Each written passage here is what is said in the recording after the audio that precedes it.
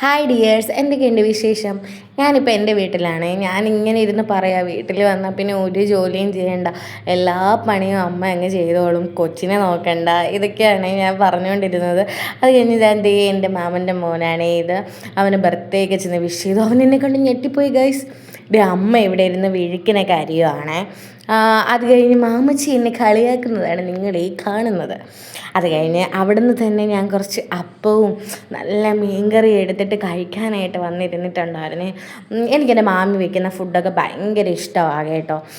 അപ്പോൾ ഞാൻ ഫുഡൊക്കെ കഴിച്ചിട്ട് അടിപൊളിയാണെന്നൊക്കെ ഉള്ള ഒരു എക്സ്പ്രഷനൊക്കെ ഇടുവാണ്. അത് കഴിഞ്ഞ് ഒരു ഇലയുടെ അയച്ചിട്ടുണ്ടായിരുന്നേ. അപ്പം ഞങ്ങൾ ടെറസിൽ ഇങ്ങനെ വെള്ളം കെട്ടിയിരുന്നതുകൊണ്ട് ആ മോവ് ശരിയാക്കാനായിട്ട് പോകുമായിരുന്നേ. അതൊക്കെ കഴിഞ്ഞ് ഋത്തുവിനമ്മ ചോറ് വാരി കൊണ്ടിരിക്കുന്നത് കണ്ടപ്പോൾ എനിക്കും ചോറ് വേണം, അമ്മ വാരിത്തരണമെന്ന് തോന്നിയിട്ട് ഞാൻ അമ്മയോട് പറഞ്ഞു, അമ്മ എനിക്കും കൂടി ചോറ് വാരി തരുമോ എന്ന് പറഞ്ഞു.